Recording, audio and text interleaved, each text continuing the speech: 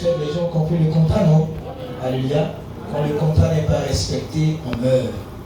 Saoul a tout perdu parce qu'il n'a pas respecté le contrat. Alléluia. Et la Bible dit que lui avait cessé de poindre les armes de Saoul. Il a connu quoi? La mort. Quand tu n'as pas le contrat avec Dieu, Dieu ne peut rien faire pour toi. La mer rouge était le passage des gens qui avaient le contrat avec Dieu. Israël est passé. Quand les Égyptiens ont voulu passer, ils sont morts.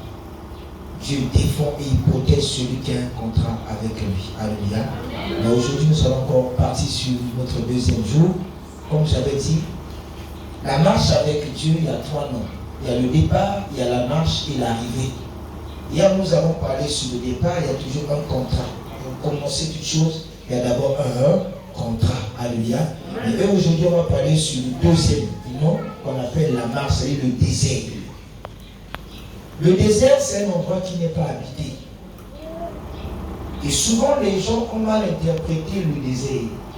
Le désert devient comme un lieu de souffrance. Enfin, c'est faux.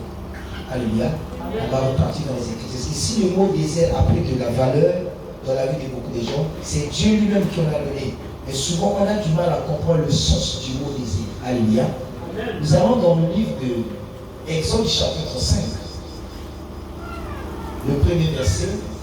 Exode chapitre 5, à partir du premier verset, je lis la parole de Dieu. Moïse et Aaron se rendirent ensuite auprès de Pharaon et lui dirent: ainsi parle l'Éternel, le Dieu d'Israël.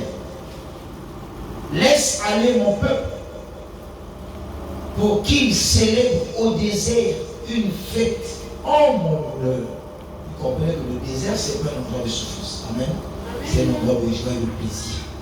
Et je continue jusqu'au verset 3, il dit: Pharaon répondit: qui est l'Éternel pour que j'obéisse à sa voix en laissant aller Israël?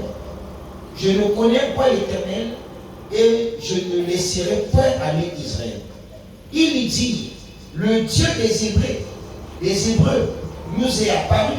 Permets-nous de faire 3 journées de marche dans le désert pour offrir des sacrifices à l'Éternel, afin qu'il ne nous frappe pas de la peste ou de l'épée. Alléluia.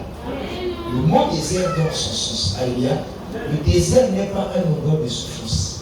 Parce que beaucoup de chrétiens, quand ils passent des moments difficiles, oh, je suis en train de traverser un désert. Non. Il ne faut pas confondre le désert avec l'épreuve. Alléluia. Aller à l'école, c'est pas une souffrance. Vrai ou faux? Quand on fait des blessures, les gens boudent. Ça devient difficile quand on fait des devoirs de classe. C'est l'engagement des épreuves. Là où tu l'as, zéro. Vrai ou faux? Est-ce que pendant la leçon, on peut donner quelqu'un zéro? Est-ce qu'aller à l'école, c'est une souffrance? On voit la difficulté de l'école, c'est quand on fait des devoirs ou des compositions. Ce sont des épreuves. Enfin, le désert n'est pas une épreuve. Mais c'est une zone que Dieu a réservée pour les gens, pour nul connaître. Alléluia. C'est dans le désert que Dieu se fait connaître à l'homme qui marche avec lui. Le désert, c'est comme une période où nous prenons le temps de jeûne. Est-ce que jeûner, c'est une preuve de souffrance?